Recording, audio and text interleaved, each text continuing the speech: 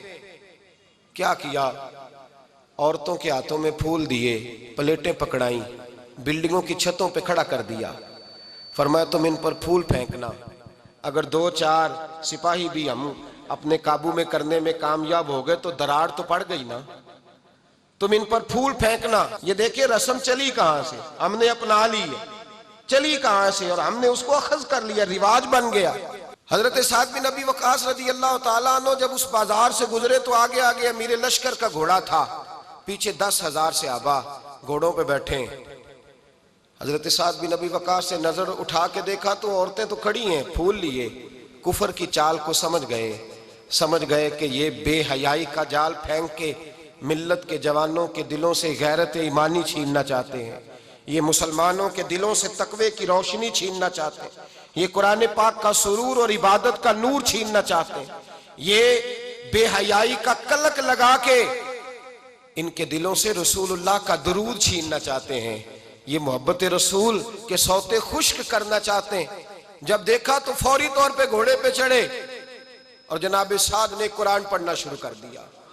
وَقُلْ لِلْمُؤْمِنِينَ يَغُضُّوا مِنْ أَبْصَارِهِمْ، کہا مومنو تمہارے رب نے تمہارے نبی کی زبان سے تمہیں حکم دیا ہے کہ تم نے نظریں نیچی رکھنی ہے۔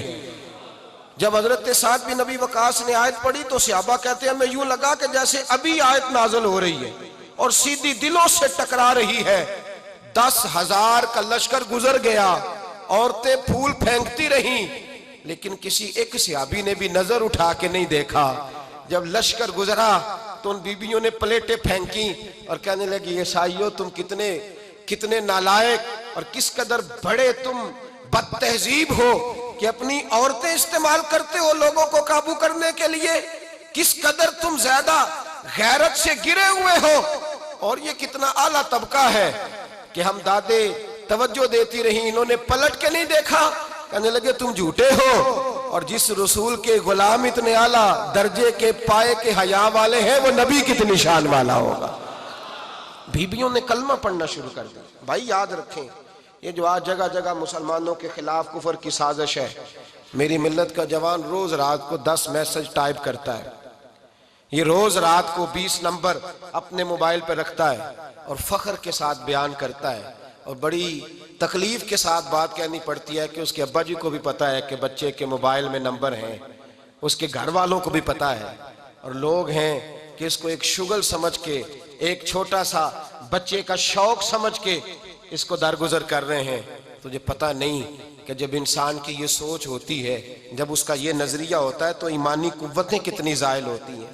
جب نوجوان کی نظر کے اندر عیب پیدا ہوتا ہے تو پھر اس سے نماز کی لذت جاتی رہتی ہے، قرآن پاک کا ذائقہ جاتا رہتا ہے، درود پاک کا ذائقہ جاتا رہتا ہے۔ اٹھائیے مسند امام احمد بن حنبل، میرے رسول کریم صلی اللہ علیہ وسلم کی بارگاہ میں صحابی نے آ کے عرض کی یا رسول اللہ میں بڑی اچھے طریقے سے وضو کرتا ہوں، ٹائم نکال کے مسجد آتا ہوں، حضور میں پابندی سے پڑھنے کی کوشش کرتا ہوں، لیکن اے معصوم آمنہ یا رسول اللہ میرا نماز میں دل نہیں لگتا، حضور میری طبیعت نہیں جمتی، میرا دوڑ جانے کو دل کرتا ہے، کوئی نسخہ بتلائیے۔ محبوب نے فرمایا تو اپنی نظر کو پاک کر لے، تیرے نبی کا وعدہ ہے تیرا نماز میں دل لگنا شروع ہو جائے گا۔ اپنی نظر میں پاکیزگی پیدا کر۔ محمد بن قاسم آئے، اگر یہ بات آپ کی سمجھ میں آ گئی تو حد ہو گئی۔ محمد بن قاسم جب یہاں آئے نا ہندوستان میں تو عجیب واقعہ لکھا ہے ان کے حالات میں۔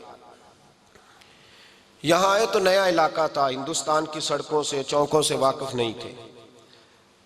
جب تشریف لائے راجہ دہر ان کے مقابلے میں تھا، جنگ کرنی تھی، لشکر لائے تو خود بھی ابھی 17 سال یا 19 سال کے جوان تھے، اور ساتھ بھی لشکر جوانوں کا تھا۔ ایک بزرگ تھے قافلے میں، بزرگ کہتے ہیں میری محمد بن قاسم سے ملاقات ہوئی تو میں نے اس شخص کے چہرے پر پریشانی دیکھی، شدید تکلیف میں دیکھا، تو میں نے کہا جرنیل مسلمانوں کے تو کس پریشانی میں ہے؟ تو محمد بن قاسم کہنے لگے پریشانی یہ ہے کہ ہم عربی ہیں، یہ عجم کا علاقہ ہے، ہم تو رستوں سے بھی واقف نہیں۔ راجہ دہر سنا ہے بڑی فوج ہے، بڑی طاقت ہے، بہت پرانا یہاں کا رہنے والا ہے، چھوٹے چھوٹے مورچوں کا پتہ ہے، رستوں کا پتہ ہے، کیسے جنگ ہوگی، میں پریشان ہوں کہ مقابلہ کیسے ہوگا۔ وہ بزرگ کہتے ہیں میں نے بھی دعا کی، تسلی دی، میں نے کہا اللہ تیری مدد کرے گا۔ میں گزر گیا، 3-4 دن کے بعد ملاقات ہوئی تو میں نے محمد بن قاسم کے چہرے پر بڑی روشنی دیکھی، ہنستے اور مسکراتے دیکھا، توانائی دیکھی، وقار دیکھا، اطمینان اور سکون دیکھا۔ میں نے کہا خیریت تو ہے، پرسوں ترسوں تو بڑے پریشان تھے، آج کیا ہوا؟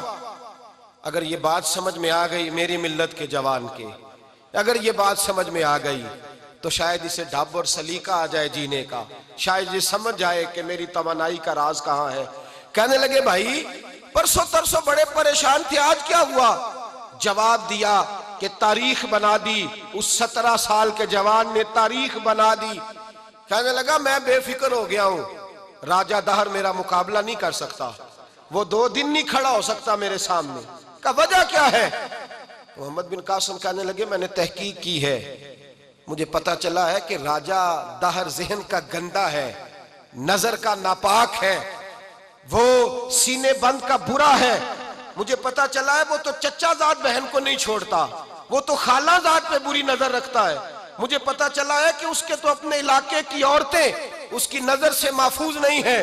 کہنے لگا جو گندی نظر کا جوان ہوتا ہے وہ کسی میدان میں نہیں ٹھہر سکتا۔ کہنے لگا میری 17 اور 19 سال کی جوانی ہے، مجھے قسم ہے گنبد خضرا کی، میں نے جب بھی دیکھا ہے یا مصطفیٰ کا درود دیکھا ہے یا رسول اللہ پہ نازل ہونے والا قرآن دیکھا ہے۔ میرا مقابلہ کیسے کرے گا؟ میرے مقابلے میں کیسے آئے گا؟ جو نظر کا گندا ہو، کردار کا ناپاک ہو، وہ کسی کے مقابلے میں آ سکتا؟ اور ملت کے جوان یاد رکھ، جب تک نظریں ناپاک ہوتی ہیں اس وقت تک وجود کمزور ہوتے ہیں، جب تک نظریں ناپاک ہوتی ہیں ارادوں میں دراڑیں ہوتی ہیں، جب نظریں ناپاک ہوتی ہیں پھر عقیدے متزلزل ہوتے ہیں، جب نظریں ناپاک ہوتی ہیں پھر انسان کوئی بھی مہم سر نہیں کر سکتا، اور جب نظر پاک ہوتی ہے۔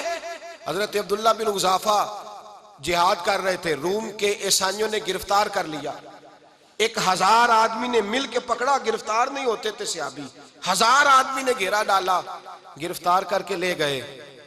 اور جب بادشاہ کے سامنے گئے تو وزیر کہنے لگا بادشاہ بندہ بڑے کام کا ہے، اگر ہمارے قابو آ گیا تو فائدہ دے گا۔ صحابی ہیں حضرت عبداللہ بن حذافہ، حضرت فاروق اعظم کا زمانہ ہے، اگر قابو آ گیا تو فائدہ دے گا۔ بادشاہ کہنے لگا کیوں، کیا خوبی ہے؟ کہنے لگے ہم 1000 آدمی تھے، یہ اکیلا قابو نہیں آ رہا تھا، 1000 آدمی تھے، اگر ہماری فوج میں شامل ہو گیا تو بہت بڑا جرنیل ملے گا۔ بادشاہ کہنے لگا کوئی مسئلہ نہیں، 2-3 چیزیں ہوتی ہیں بندے کو خریدنے کے لیے، خرید لیتے ہیں۔ بادشاہ کہنے لگا عبداللہ جتنی دولت تجھے چاہیے میں تجھے دے دیتا ہوں، میرے لشکر میں آ جا، معاذ اللہ اسلام چھوڑ دے۔ حضرت عبداللہ بن حذافہ کیا فرماتے ہیں؟ فرماتے ہیں بڑا تو بیوقوف ہے، میں نے دولت کمانی ہوتی تو مدینے میں بیٹھ کے تجارت کرتا، میں دولت کمانے نہیں نکلا، میں تو رسول اللہ کی رضا کمانے کے لیے نکلا ہوا ہوں۔ دولت کمانی ہوتی تو کسی مارکیٹ میں ہوتا، میدان میں آنا تھا، شہادت ہے مطلوب مقصود مومن، نہ مال غنیمت نہ کشور کشائی، یہ دولت تو لونڈی ہے رسول اللہ کے دروازے کی، یہ تو پیچھے پیچھے پھرتی ہے نبی پاک کے غلاموں کی، یہ کمانی ہوتی تو میں کسی مارکیٹ میں ہوتا، میدان میں تھوڑا ہوتا۔ عبداللہ بن حذافہ سے ایک دوسری چال چلی، کہنے لگے میاں عہدہ جو تجھے چاہیے، میں بادشاہ ہوں، میرے نیچے جو عہدہ تو کہے گا وہ تجھے مل جائے گا۔ حضرت عبداللہ بن حذافہ کہنے لگے شاید تجھے پتہ نہیں میری تعریف کیا ہے، شاید تو جانتا نہیں میری تعریف کیا ہے۔ کہا صاحب کی کیا تعریف ہے؟ کہنے لگے میں رسول اللہ کا صحابی ہوں، اور کائنات میں سب سے بڑا عہدہ مصطفیٰ کے صحابی ہونے کا عہدہ ہے۔ صحابہ وہ صحابہ تھے جن کی ہر صبح عید ہوتی تھی، خدا کا قرب حاصل تھا، نبی کی دید ہوتی تھی۔ فرمایا میں نے حضور کے جلوے دیکھے ہوئے ہیں، مجھے عہدے کی ضرورت ہی نہیں، اور میں نے عہدہ لینا ہوتا تو میں سیاست کرتا، میں تو شہادت لینے نکلا ہوں میدان میں، عہدے کا میں نے کیا کرنا ہے؟ اب بادشاہ کہنے لگا اسے قتل کر دو۔ وزیر کہنے لگا نہیں، ایک بات اور ہے، مجھے ایک چال اور چلنے دو۔ کہا وہ کیا؟ کہنے لگے میری بیٹی بڑی خوبصورت ہے، مجھے موقع دو اپنی ہی بیٹی کو سجا بنا کے، وہ جوان جس کی جوانی اتنی بڑی ہے کہ 1000 آدمی مقابلے میں کھڑا نہیں ہوتا، اس جوان کے کمرے میں رات کی تنہائی میں بنا سوار کے بی بی کو بھیجا۔ وہ بی بی کہتی ہے میں ساری رات بن سور کے اس صحابی کے کمرے میں بیٹھی رہی، لیکن یہ کیا شخص تھا، ساری رات ہی مصلے پہ بیٹھا رہا، ساری رات ہی۔ کچھ دیر تھک جاتا تو یہ کریم رسول پہ درود پڑھنا شروع کر دیتا۔ بی بی کہتی ہے سحری ہو گئی تو میں نے چھو کے دیکھا کہ انسان ہے کہ جن ہے، یہ بندہ ہے کہ فرشتہ ہے، چھو کے دیکھا۔ کہنے لگے پیچھے ہٹ جا۔ میں نے کہا میں نے تو سنا تھا تو 1000 کے مقابلے میں ہے، اور تو اتنا بے حس ہے کہ بنی صبری دلہن بیٹھی ہے، تو نے نظر نہیں کی؟ عبداللہ بن حذافہ، بی بی کہتی ہے نظر پھر نہیں اٹھائی، نظر پھر جھکی ہوئی ہے۔ کہنے لگے بی بی میں مجبور ہوں، اب میرے اوپر کوئی حسن نہیں چلتا، میں نے جلوہ والضحیٰ کا دیدار کیا ہوا ہے، اب میری نگاہوں میں جچتا نہیں کوئی، اس لیے کہ جیسے میرے سرکار ہے ایسا نہیں کوئی۔ کبھی بھی اب نہیں کسی کا میرے اوپر جادو چلتا، میں نے مصطفیٰ کو، اور کہا ذرا پیچھے ہٹ کے بیٹھ، مجھے میرے رسول نے غیر محرم سے بچنے کا حکم دیا ہے، ذرا پیچھے ہٹ کے بیٹھ۔ سحری کا وقت تھا۔ وہ بی بی کہتی ہے اس نوجوان کے جملے میرا سینہ چیر گئے، کلیجہ پھٹ گیا، چیخ نکلی، میں کفر کے عالم میں روئی۔ میں نے کہا مجھے بتا تو صحیح، آخر یہ جذبہ کہاں سے ملتا ہے، آخر یہ روشنی تو میں نے دیکھی نہیں، کہاں سے آتی ہے؟ ایک میرا باپ ہے جو بنا سور کے مجھے تیرے کمرے میں چھوڑ گیا، بتلا یہ کہاں سے کیف آتے ہیں؟ تو عبداللہ بن حذافہ کہنے لگے اگر کیف لینا ہے تو بھی میرے مصطفیٰ کا کلمہ پڑھ جا، آجا دروازہ رسول پہ جھک جا، مل جائے گا۔ سویرے دروازے پہ باپ آیا بیٹی سے رزلٹ لینے، دروازہ کھولا تو بیٹی نقاب پہنے باہر آئی۔ باپ کہنے لگا کیا بنا؟ کہنے لگی پیچھے ہٹ جا، تو غیر محرم ہے، کافر ہے، میں مسلمان ہوں۔ اس نے کہا کیا ہوا؟ کہنے لگی تیرے جیسے کو باپ کہوں، تیرے جیسے کو جو مجھے استعمال کر رہا تھا، میں تجھے باپ نہیں مانتی، میں اب رسول والی ہو گئی ہوں، میں حضرت فاطمہ کی کنیزہ ہو گئی ہوں، میں اب نبی کریم کی خادمہ ہوں، خبردار میرے قریب نہ آنا۔ یہ دعوی بھی ناکام ہوا۔ اب حضرت عبداللہ بن حذافہ کے سامنے موت کھڑی کی، ایک کڑا میں تیل گرم کیا، کہنے لگے تجھے اس میں جلایا جائے گا۔ حضرت عبداللہ بن حذافہ رضی اللہ تعالیٰ عنہ جب جلنے کے قریب ہوئے تو رونے لگے۔ روم کا بادشاہ کہنے لگا شاید ڈر گیا ہے، کہنے لگے اب سمجھ آئی ہے، اب تجھے پتا چلا ہے، چلا آ جا۔ حضرت عبداللہ بن حذافہ کہنے لگے تو کافر ہے، تیری کافروں والی سوچ ہے، اس لیے نہیں رویا کہ موت سے ڈر گیا ہوں، میں تو اس لیے رویا ہوں کہ ایک جان ہے، وہ نبی پاک پہ قربان ہو رہی ہے، کاش رب مجھے 1000 جان دیتا، میں ساری مصطفیٰ پہ قربان کر دیتا۔ فاضل بریلوی فرماتے ہیں کروں تیرے نام پہ جاں فدا، نہ بس ایک جاں 2 جہاں فدا، اور میرا 2 جہاں سے بھی نہیں جی بھرا، میں کروں کیا کہ کروڑوں جہاں نہیں۔ اور میاں صاحب فرماتے ہیں وہ کچا رنگ للاری والا جیڑا چڑھدا لیندا رہندا، اے عشق تیرے دا رنگ محمد چڑھ جائے پھر نہیں لیندا، عشق تیرے دا رنگ محمد چڑھ جائے پھر اے نہیں لیندا۔ میرے بھائی وہ روم کا بادشاہ کہنے لگا دنیا میں نے بھی بڑی دیکھی ہے، پر جیسے پاک صاف مصطفیٰ کے غلام دیکھے ایسا میں نے کوئی نہیں دیکھا۔ او بھائیو، نظر پاک ہو، روح پاک ہو، مزاج پاک ہو، پھر انسان بڑے بڑے کام کرتا، پھر وہ مہمات کو سر کرتا، پھر وہ صرف ایک گھر کے لیے نہیں، وہ ملت کے لیے فائدہ مند ہوتا ہے، پھر وہ گھرانوں کو لے کر چلتا ہے، پھر وہ بڑے بڑے معاشرے تشکیل دیتا ہے۔ میرے رسول کریم صلی اللہ علیہ وسلم نے پاک صاف ذہن کے لوگ تیار کیے۔ حضرت مرثد فرماتے ہیں میں ایک عورت پہ عاشق تھا، جب کلمہ پڑھا نبی پاک نے میری پشت پہ ہاتھ پھیرا، میں نے کہا حضور کوئی نصیحت؟ نبی پاک نے فرمایا نظر کو پاک رکھنا۔ آپ فرماتے ہیں عورتیں میرے پیچھے بھاگا کرتی تھیں اور مجھے کہا کرتی تھی اب تو دیکھتا کیوں نہیں؟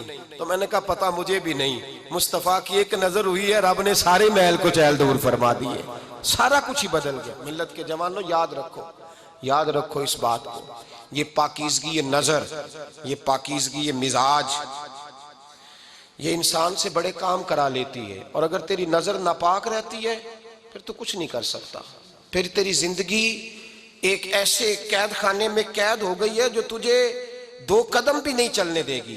سب سے پہلے مزاج کی پاکیزگی، اور دوسرا اصلاح معاشرہ کے لیے اہم درس یہ ہے اپنے آپ کو پاک صاف رکھیں، ذہنی طور پر، نظریاتی طور پر، اور دوسرا درس یہ ہے میرے بھائی ظلم اور زیادتی سے بچیں، پاک صاف رہ کے وقت شروع کریں، اور کسی جگہ بھی کوئی زیادتی، کوئی ظلم، میرے نبی کریم صلی اللہ علیہ وسلم کے مزاج کو اگر آپ دیکھیں گے نا، ہمارے معاشرے میں آج سب سے زیادہ زیادتی پتہ کون سی ہوتی ہے؟ لوگ عزتیں پامال کرتے ہیں، بدگمانیاں کرتے ہیں۔ ابو جہل یہ کام کرتا تھا کہ وہ نبی پاک صلی اللہ علیہ وسلم پر، صحابہ پر معاذ اللہ شخصی اعتراضات کرتا تھا، شخصی۔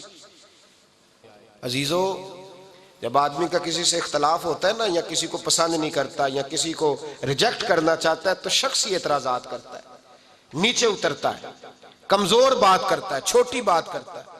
اور ہمارے زمانے میں تو یہ کام حسد کی وجہ سے ہوتا ہے، بڑے بڑے جماعتیں ٹوٹ جاتی ہیں، ملتوں کا شرازہ بکھر جاتا ہے، لیکن لوگ اپنی اس حرکت سے باز نہیں آتے، ساری زندگی ذاتی اور نجی اعتراضات کرتے رہے۔ ابو جہل کے اندر ہزاروں عیب پائے جاتے تھے، شرابی بھی تھا، بدکار بھی تھا، بے حیا بھی تھا، ظالم بھی تھا۔ میرے نبی پاک صلی اللہ علیہ وسلم نے اسے دین کا پیغام دیا ہے، لیکن تاریخ کی کسی کتاب میں آپ کو یہ نہیں ملے گا کہ حضور نے کبھی اس کی شخصیت پر اعتراض کیا ہو۔ یہ فرمایا ہے کہ بڑا فرعون ہے اس امت کا، لیکن نیچے اتر کر کبھی اس کی ذاتی اور شخصی زندگی پر کوئی زیادتی صحابہ کی طرف سے اور نبی پاک کی طرف سے، بہت بڑی بات سمجھا رہا ہوں اگر آپ کی سمجھ میں آئے تو، ہم ذاتیات پر اترتے ہیں، ذات پر اتر کر زیادتی کرتے ہیں، ذات پر۔ ہمارا اب ظلم نجی سطح سے شروع ہو رہا ہے اور پوری ملت کو لپیٹ میں لے رہا ہے، پوری ملت کو۔ چھوٹی چھوٹی زیادتی ہیں جو پورے معاشرے کو اپنی لپیٹ میں لیتی ہیں۔ میرے نبی کریم علیہ السلام نے جو دین ہمیں دیا ہے وہ خیر خواہی کا مذہب ہے، وہ بھلا کرنے کا مذہب ہے، وہ کام آنے کا مذہب ہے، وہ ظلم سے بچنے کا مذہب ہے۔ میرے نبی پاک نے فرمایا ظلم سے بچ جانا، قیامت کے اندھیروں میں جو بڑا اندھیرا ہوگا وہ ظلم ہوگا۔ اصلاح معاشرہ کانفرنس کا پہلا سبق میں نے عرض کیا کہ نظر کو، ذہن کو، سوچ کو پاک رکھیں، اور دوسرا زندگی میں کبھی زیادتی نہ کریں، کبھی بھی اپنے مخالف پر بھی کبھی شخصی، ذاتی اور نجی اعتراضات نہ کریں۔ یہ انسان کے اندر کا ظلم ہوتا ہے، ہمارے گھروں کے اندر سے ظلم جنم لینے لگا ہے۔ روز بہو پہ تیل چھڑکا جاتا ہے، روز کسی نہ کسی شہر سے، اپنے ہی گھر سے، اپنے ہی چراغ کو بند کرنے کی خبر نکلتی ہے۔ سڑکوں پہ، چوکوں پہ، چوراہوں میں غریب مسلے جاتے ہیں، جس کے ہاتھ جہاں تک پہنچتے ہیں وہ وہاں تک معاذ اللہ زیادتی کر گزرتا ہے۔ اگر قوم ظلم سے بچنے لگے، زیادتی سے بچنے لگے، تکلیف دینے سے بچنے لگے تو معاشرہ سنور جائے گا۔ میرے رسول کریم علیہ السلام نے اپنے غلاموں سے پوچھا تھا بتاؤ مفلس کون ہوتا ہے؟ کون ہے جس کے پاس کچھ نہیں ہوتا؟ صحابہ نے کہا یا رسول اللہ جس کے پاس پیسے نہ ہو۔ بخاری مسلم متفق علیہ حدیث ہے۔ نبی کریم نے فرمایا نا بھائی، مفلس تو وہ ہوگا جو قیامت کے دن احد پہاڑ کے برابر نیکیاں لے کے آئے گا۔ یا رسول اللہ اتنی نیکیاں پھر بھی مفلس ہے، پھر بھی غریب ہے؟ تو نبی پاک نے فرمایا نیکیاں پہاڑ کے برابر ہیں، پر اس نے چغلیاں بڑی کی ہیں، غیبتیں بڑی کی ہیں، مذاق بڑے اڑائے، اس نے لوگوں پر پھبتیاں بڑی کسی ہیں، تان و تشنی بڑے کیے، ظلم بڑے کیے، گالی بڑی دی، لوگوں کے بارے میں بری باتیں کی۔ اب رب کریم نے وہ ساری نیکیاں ان لوگوں میں بانٹ دی، یہ مفلس ہو گیا، غریب ہو گیا۔ زیادتی نہیں کریں، ظلم نہ کریں، اپنی نجی زندگی سے لے کر، گھر کے اندر سے لے کر اجتماعی زندگی تک زیادتی سے بچیں۔ میرے نبی کریم علیہ السلام نے اپنے غلاموں کو یہ درس دیا ہے، دیکھنا کبھی زیادتی نہ ہونے پائے، دیکھنا کہیں ظلم نہ ہونے پائے، دیکھنا کسی شخص کو تمہارے قول فعل سے، تمہارے مزاج سے تکلیف نہ پہنچے۔ میرے بھائیوں، حضرت وہب ابن منبہ علیہ رحمہ فرماتے ہیں کہ بنی اسرائیل کے اندر ایک بادشاہ محل بنانے جا رہا تھا۔ محل آج بھی جس آدمی کی سوسائٹی کے اندر 2-4 قلعے، 2-4 ایکڑ کسی غریب کے آ جائیں، وہ یا تو اسے دھمکاتا ہے یا بلیک میل کرتا ہے، کچھ نہ ہو سکے تو پھر قتل ہی کرا دیتا ہے معاذ اللہ۔ اور یہ خبریں عام ہمیں سننے، پڑھنے اور دیکھنے کو ملتی ہیں۔ بادشاہ محل بنانے جا رہا تھا، ایک غریب بی بی رہتی تھی، اس کی جھونپڑی بادشاہ کے محل کے نقشے میں آتی تھی۔ بادشاہ نے کہا بی بی منہ مانگی قیمت لے لو، خالی کر دو یہ مکان۔ بزرگوں کو اپنے جھونپڑیوں سے بڑی دلچسپی ہوتی ہے، بچے سوسائٹیوں میں چلے جاتے ہیں، ابا جی کہتے ہیں مجھے گاؤں میں رہنے دو، میرا یہی دل لگتا ہے، مجھے اس گھر سے دلچسپی ہو گئی۔ اماں کہنے لگی بادشاہ میں یہاں بیاہ کے آئی تھی، خامد انتقال کر گیا، اولاد اللہ نے دی نہیں، میں پکا ہوا پھالوں، گر جاؤں گی تو تیرا ہی ہے، لیکن مجھے اس آشیانے میں رہنے دے، یہ گھونسلہ میں نے تنکا تنکا کر کے بنایا ہے، مجھے رہنے دے، نہ مجھے نکال۔ کہنے لگا میرا نقشہ خراب ہوتا ہے، بی بی سارا دن مکان میں بیٹھی رہتی کہ میری جھونپڑی ٹوٹ نہ جائے، ظالم کی نظر میں آ گئی ہے کہیں میرا یہ آرزوؤں کا محل چکنا چور نہ ہو جائے، سارا دن ڈیوٹی کرتی۔ بادشاہ نے بھی 2-4 سپاہی کھڑے کر دیے، جب گھر سے نکلے تو بلڈوز کر دینا، مکان کو گرا دینا۔ وہ خاتون کتنی دن بندہ بیٹھ سکتا ہے؟ ایک دن سر شام گھر سے نکلی، 2-1 گھنٹے کے بعد واپس آئی تو مکان گر گیا تھا، دیوار بن گئی تھی۔ حضرت وہب ابن منبہ فرماتے ہیں بس اس نے دعا کی تو رب کریم نے وہ شہر سارا تباہ کر دیا۔ اس بی بی نے 2 جملے کہے تو الٹ پلٹ دیا وہ سارا شہر۔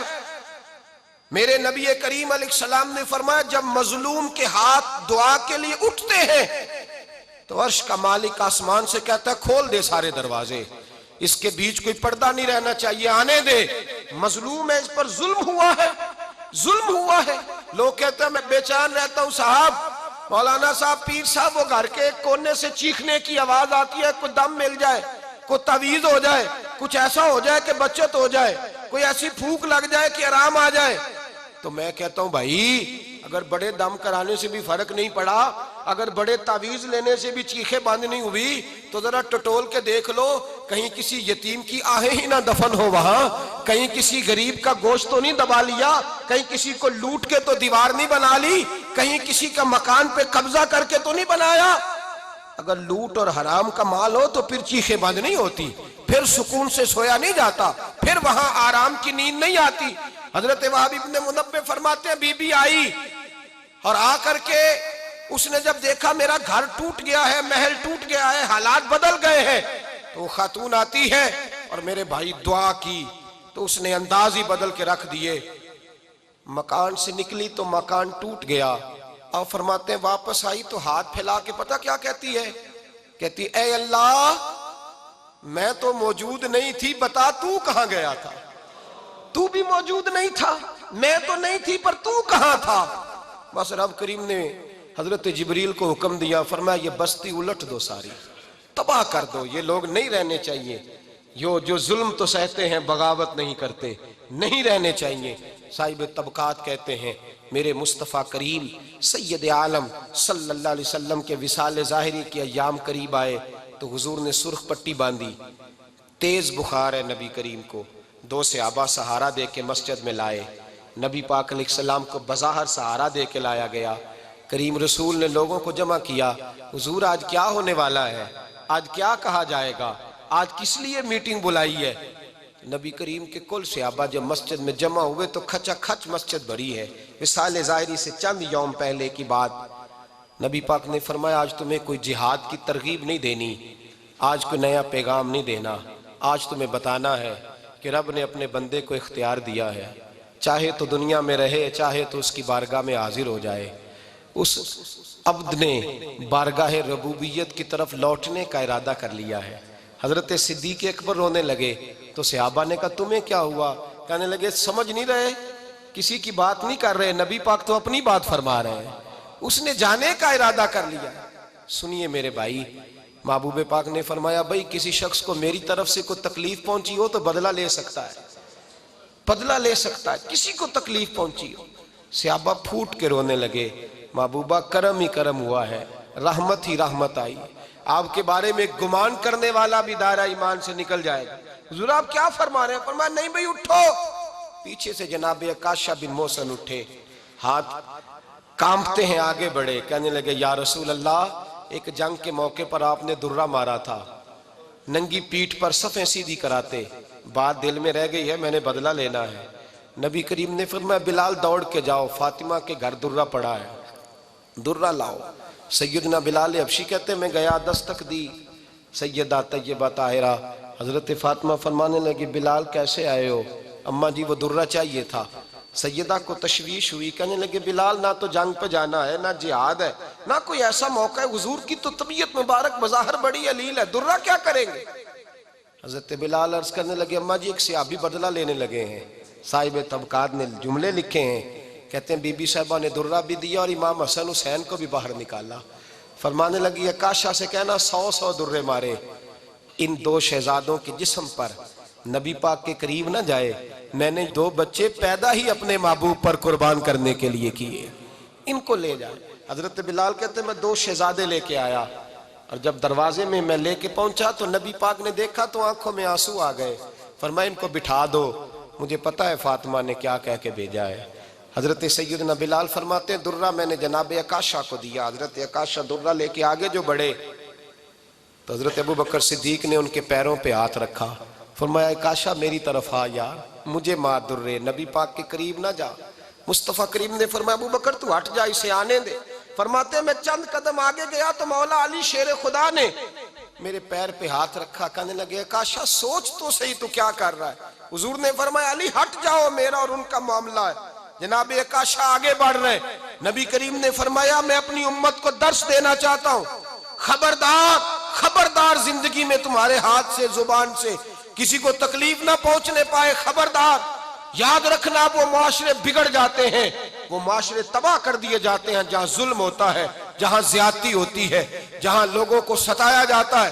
محبوب کریم کے قریب آئے حضرت عکاشہ کا، حضور میری پیٹھ ننگی تھی، آپ بھی ذرا کپڑا ہٹائیے۔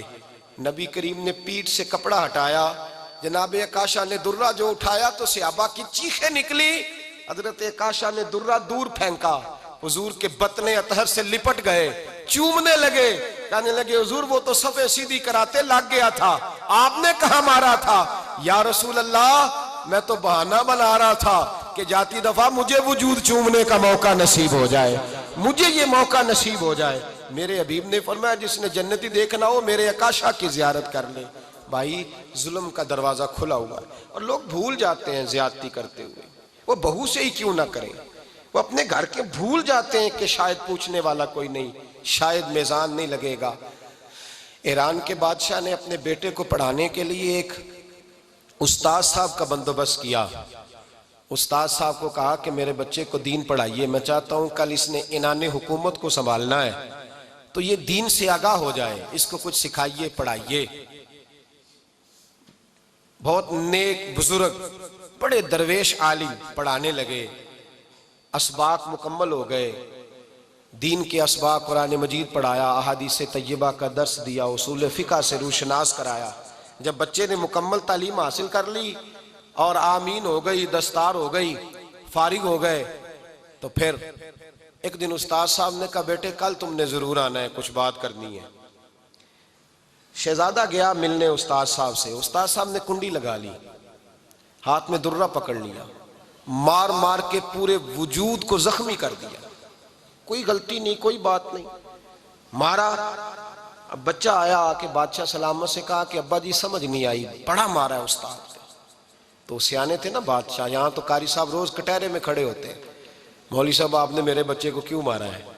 آپ 8,000 کے مولوی ہیں، میرا کئی کروڑ کا بچہ ہے، سویرے بدل لیں گے، خبردار آپ نے بچے کو ہاتھ لگایا، اپنی حیثیت میں رہے معاذ اللہ۔ جو قومیں استادوں کو کٹہروں میں کھڑا کرتی ہیں وہ ترقی نہیں کر پاتی، جو استادوں کو کٹہروں میں روز کھڑا کرتے ہیں۔ کہا ابا جی بڑا مارا ہے، تو والد بڑے سمجھدار تھے، کہنے لگے بیٹا استاد باپ ہوتا ہے، وہ زیادتی نہیں کرتا، کوئی بات ہوگی میں تیرے استاد کو کٹہرے میں نہیں بلاؤں گا۔ اماں سے بات کی، اماں کہنے لگی بیٹا میں تیرے باپ سے کیسے بات کروں، ڈر آتا۔ وقت گزر گیا، 22 سال بیت گئے، 22 سال گزر گئے، بادشاہ کا انتقال ہوا، شہزادہ تخت پہ بیٹھا، پہلا حکم یہ دیا کہ میرے استاد کو بلاؤ، پہلا حکم۔ استاد جی بوڑھے ہو گئے تھے، چھڑی کے اوپر ٹیک لگا کے آئے اور بھویں سفید ہو کے جھک گئی تھیں، یوں آنکھ کھول کے بڑی مشکل سے دیکھا، کہنے لگے شہزادے حکم ہو۔ کہا میں شہزادہ نہیں، اب میں بادشاہ بن گیا ہوں۔ استاد جی 22 سال بیت گئے، آپ نے مارا تھا، پر وہ درد چونکہ زیادتی کی تھی، میرا قصور کوئی نہیں تھا، تو نہ میری روح سے درد گیا ہے نہ میرے جسم سے گیا ہے، میں بے اختیار تھا، پوچھ نہیں سکتا تھا، آج با اختیار ہوا ہوں۔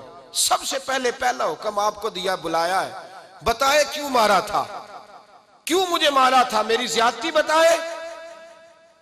تو استاد بوڑھے استاد کی آنکھیں آنسوں سے بھر گئیں، کہنے لگے بیٹے بس آج کے دن کے لیے مارا تھا، یہ جو دن آ گیا نا میری زندگی میں اس لیے مارا تھا، یہ میں چاہتا تھا میری زندگی میں وقت آئے، آج کے بس میری مراد پوری ہو گئی۔ کہا صاحب کس لیے، مجھے بھی سمجھائیں۔ آپ فرمانے لگے کتنی دیر ہو گئی تجھے مار کھائے ہوئے، کتنا زمانہ بیت گیا؟ کہنے لگا 22 سال۔ فرمایا زخم بھولے تو نہیں؟ درد ختم تو نہیں ہوئی؟ تمہیں بات ایک منٹ کے لیے بھی تمہارے حافظے سے محو تو نہیں ہوئی؟ کہ استاد جی روز رات کو یاد آتی، روز خیال آتا تھا۔ استاد کہنے لگے بھائی تو بے اختیار تھا، پوچھ نہیں سکا، 22 سال تجھے یاد رہا، مجھے پتا تھا تو ایک دن حکمران بنے گا، میں نے تجھے اس لیے مارا تھا کہ بیٹے یاد رکھنا، کسی پہ ظلم نہ کرنا۔ اگر تجھے 22 سال تک یاد رہا ہے تو جس پر تو ظلم کرے گا اسے بھی قیامت تک یاد رہے گا۔ اور یہ یاد رکھنا، تو آج با اختیار ہوا تو تو نے مجھے بلا لیا ہے، قیامت کے دن غریب با اختیار ہو جائیں گے، مظلوم با اختیار ہو جائیں گے، وہ با اختیار ہوں گے للہ الواحد القہار، رب کریم کی بارگاہ کے اندر ان کا اختیار ہوگا، اکیلے اللہ کی حکمرانی ہوگی۔ پھر وہ بلائیں گے بڑے بڑے کج کلا، دنیا میں جن کی پگڑیاں اونچی تھیں وہ سر جھکائے کھڑے ہوں گے، دنیا میں جو ڈکٹیٹر بنتے تھے ان کی پشتیں لال ہوں گی، ان کو غدار لکھا جائے گا، قیامت تک نہیں بھولے گا۔ ظلم کرنا تو سوچ سمجھ کے کرنا، اتنا کرنا جتنا تم سہ سکتے ہو، اتنی زیادتی کرنا جتنی قیامت میں تم برداشت کر سکتے ہو۔ میرے نبی کریم صلی اللہ علیہ وسلم نے فرمایا ظلم سے بچو، یہ قیامت کے اندھیروں میں سے ایک اندھیرا ہوگا۔ زندگی میں زیادتی نہ کریں، اگر تھوڑی دیر کے لیے کوئی چیز برداشت کر جائیں گے تو وہ فائدہ دے جائے گی، کچھ دیر کے لیے اگر سہ جائیں گے تو نفع مل جائے گا، سہنے کی کوشش کریں لیکن زیادتی نہ کریں، نظر کو، سوچ کو، ذہن کو پاک رکھیں۔ اور میرے بھائی زندگی پوری ظلم سے بچیں، زیادتی سے بچیں۔ امیر المومنین حضرت جناب سیدنا عمر فاروق رضی اللہ تعالیٰ عنہ رات گھر میں تھے تو رونے لگے، بڑی دیر تک روتے رہے۔ والدہ اٹھی تو صاحبزادے سے کہنے لگی پتہ کرو تمہارے باپ کو کیا مسئلہ ہے۔ شہزادے آئے، کہنے لگے امیر المومنین والد گرامی کیا ہوا؟ تو حضرت عمر فاروق کہنے لگے بیٹا اپنی اماں کو بلاؤ۔ والدہ آ گئیں، کیا بات ہے؟ کچھ طبیعت خراب ہے تو حکیم کا بندوبست کیا جائے۔ تو حضرت عمر کہنے لگے کچھ بھی نہیں، آج مسجد سے نکلا ہوں تو نبی پاک کے صحابہ میری تعریفیں کر رہے تھے۔ یہ حضرت فاروق اعظم کے وصال کے قریب کے دن ہے، تعریفیں تو حضرت یہ رونے کی بات ہے کہ خوش ہونے کی؟ آپ فرمانے لگے نہیں، سوچتا ہوں باہر تو میں اچھا رہا ہوں، پتہ نہیں گھر میں ہی کوئی زیادتی نہ ہو گئی ہو، پتہ نہیں تمہارے ساتھ بھی میرے معاملات ٹھیک تھے کہ نہیں، صحابہ تو تعریف کرتے ہیں، رو رہا ہوں تمہاری وجہ سے نہ الجھ جاؤں، بیوی ہی نہ کہے میرا حق ہی ادا نہیں کیا۔ یہ لفظ کہتے کہتے پہاڑ ہے یہ شخص، کیسر و کسرا کامتے ہیں۔ حضرت عمر رو پڑے، بی بی سے کہنے لگے مجھے اللہ کی رضا کے لیے معاف نہیں کر دیتی؟ میرے اوپر بوجھ تھا امت کا، میں ساری رات مدینے کی گلیوں میں پھرتا تھا، دن سارا مسجد میں گزرتا تھا، میں تجھے وقت نہیں دے پایا، معاف نہیں کر دیتی؟ تو زوجہ کہنے لگی نہیں عمر، میں نے بھی زندگی میں اپنا کوئی سکھ چین نہیں دیکھا، کوئی چاؤ پورا نہیں کیا، میں کیسے معاف کر دوں؟ میں نہیں معاف کرتی۔ حضرت عمر زمین پہ بیٹھ کے رونے لگے، کہنے لگے چل معاف کر دے۔ کہنے لگی ایک وعدہ کرو، قیامت کے دن رب کریم کی بارگاہ میں میری سفارش کرو گے؟ اللہ کی بارگاہ میں عرض کرو گے کہ اللہ اچھی تھی، مجھے کپڑے دھو کے دیتی تھی، روٹی پکا کے دیتی تھی، میری عزت کی محافظ تھی؟ جناب عمر کہنے لگے تیرے ساتھ وعدہ ہے، رب اپنے فضل سے عمر کو جنت دے گا تو عمر تجھے جنت میں ساتھ لے کر کے جائے گا، تیرے ساتھ وعدہ ہے۔ میرے بھائی جن کے دلوں میں احساس تھا کہ ہم سے کوئی زیادتی نہ ہو جائے کسی جگہ، وہ تو یہاں تک معاملہ کرتے تھے، یہاں تک ان کا خیال رہتا تھا۔ عزیزو، ایک تو نظر میں حیا پیدا کریں، والدین کی بہت بڑی ذمہ داری ہے۔ لاکھوں بچے مرضی کی شادیاں کر رہے ہیں، ہزاروں گھر اجڑ رہے ہیں، یہ وہ والا زہر ہے جو ہر گھر میں تیزی سے پھیلتا چلا جا رہا ہے۔ پہلے ہم کہتے تھے کہ بچہ باہر نہ نکلے، اب کہتے ہیں اللہ کہیں موبائل لے کے تنہا نہ بیٹھ جائے، کہیں تنہا نہ بیٹھ جائے، کیا بنے گا اس کا اگر یہ گندگی اور یہ ایسا نشہ ہے جو اجاڑ کے رکھ دیتا ہے انسان کی توانائیوں کو۔ ایک تو ذہن کو، طبیعت کو پاک رکھیں، دوسرا زیادتی کبھی نہ کریں۔ یہ دو سبق اگر امت کو یاد ہو جائیں تو پھر معاشرہ بڑی تیزی سے اصلاح پذیر ہوگا۔